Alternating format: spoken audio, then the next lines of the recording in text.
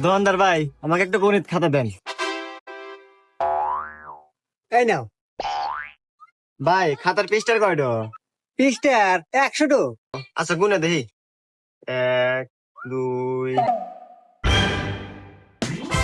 49, 50।